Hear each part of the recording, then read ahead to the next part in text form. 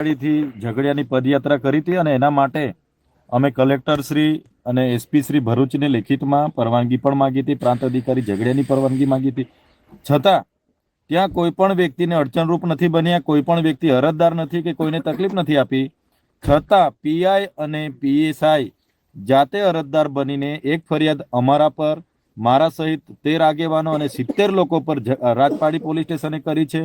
અને બીજી ફરિયાદ બીજા જ દિવસે ડેટોક્સ ઇન્ડિયા પ્રાઇવેટ લિમિટેડ કંપનીમાં બ્લાસ્ટ થયો હતો અને એ બ્લાસ્ટ થયા બાદ 4 લોકોના મૃત્યુ થયેલા. 4 લોકોના પરિવારને યોગ્ય વળતર અમે અપાવ્યું. ત્યારે ત્યાંના નેતાઓના પેટમાં તેલ રેડાયું અને પોલીસને એજન્ટ બનાવીને ત્યાંના પીએસઆઈને અરજદાર બનાવીને જે અમારા પર ફરિયાદ કરી છે, ત્યારે આ ખોટી એફઆઈઆરો સામે અમે સાચા છે એટલે અમે હાજર થવા જઈએ છીએ. આજે નર્મદા પોલીસ દ્વારા અમને નવાગામ ડેડિયાપાડા ખાતે રસ્તામાં અટકાયત કરી દેવામાં આવી છે અને અહીંથી અટકાયત કરીને ડિટેન કરીને લઈ જવાની તજવીજ હાથ ધરવામાં આવી છે. ત્યારે અમે કહેવા માંગીએ છીએ, અમે ધારાસભ્ય છે, જનતાના પ્રતિનિધિ છે, અમારા ઘરે રાત્રે પોલીસ મૂકી દેવામાં આવે, ભયનો માહોલ ઉભો કરવામાં આવે, અમે પોલીસ સ્ટેશને હાજર થવા જઈએ ત્યાં પણ અમને અટકાયત કરી દેવામાં આવે, તો આ ક્યાંની લોકશાહી છે? શું આ લોકશાહી છે? જે પોલીસ કાયદો અને વ્યવસ્થા જાળવવાની જગ્યાએ એજન્ટ બનીને કામ કરે છે, અમારી રાજનીતિ ખતમ કરવા માટે ઉપરાછાપરી અમારા પર એફઆઈઆરો કરે છે, માથાભારે સાબિત કરે છે, તડીપાર કરવાની તજવીજ કરે છે, પાછા કરવાની તજવીજ કરે છે, ત્યારે અમારા લોકોનો અવાજ બને છે અમે, એટલે અમને રોકવાના પ્રયાસો છે. અમારા લોકો સુધી અમે ના પહોંચીએ, લોકોના કામ અમે ના કરીએ અને જેલમાં અમે બેસી રહીએ, 70 જણ કોર્ટમાં કચેરીઓમાં ફરતા થઈ જઈએ, એટલા માટે આ એફઆઈઆરો પર એફઆઈઆરો કરે છે. ત્યારે અમે લડવા માટે અમે કહેવા માંગીએ છીએ, અમને સંવિધાનમાં મળેલો અધિકાર છે. અમને ભરૂચમાં આજે નહીં અમે બોલીશું તો કાલે બીજી 2 એફઆઈઆરો થશે, પાછી એફઆઈઆરો થશે, તો શું અમારે કોર્ટમાં જ ફરવાનું છે? એટલા માટે આજે અમે હાજર થવા જઈએ છીએ ત્યારે પણ પોલીસ અટકાવે છે. એટલે પોલીસને એવો ઈરાદો છે કે જ્યારે અમારું બજેટ સત્ર ચાલે, જ્યારે આ વિસ્તારના લોકોના આયોજનના કામોમાં મિટિંગો હોય એટલે આને પૂરી દેવાનું અને બારોબાર એજન્સીઓ અને અધિકારી આયોજન કરે એવું નેતાઓના ઇશારે પોલીસ કામ કરી રહી છે. ત્યારે અમે આજે પણ અહીંથી ભરૂચ, અંકલેશ્વર અને રાજપાડી પોલીસ સ્ટેશને જઈએ છીએ. અમને પોલીસ દ્વારા રોકવામાં આવ્યા છે, પણ અમે જઈશું.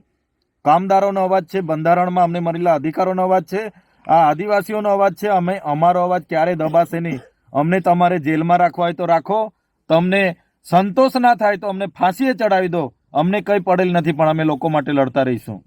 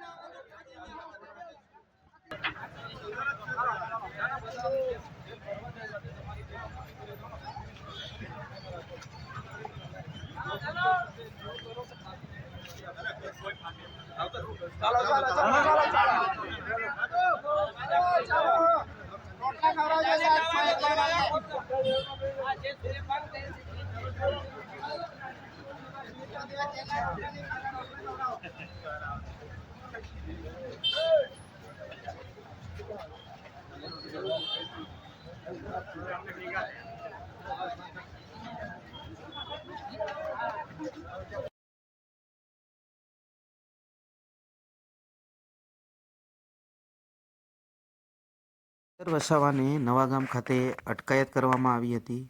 તેમને રાજપાયડી ખાતે જે પદયાત્રા યોજી હતી તેને લઈને તેઓ પોતે એફઆઈઆરની બાબતમાં ત્યાં જઈ રહ્યા હતા, પરંતુ તેમને ડેડિયાપાડામાં અટકાયત કરી ડેડિયાપાડા પોલીસ સ્ટેશને જાતે તેઓ હાજર થયા હતા. આવા જ માહિતીસભર વિડીયો જોવા કોંડી ખબર ન્યૂઝને લાઇક, સબસ્ક્રાઈબ અને કોમેન્ટ કરવા વિનંતી છે. આપનો ખૂબ ખૂબ આભાર. ધન્યવાદ.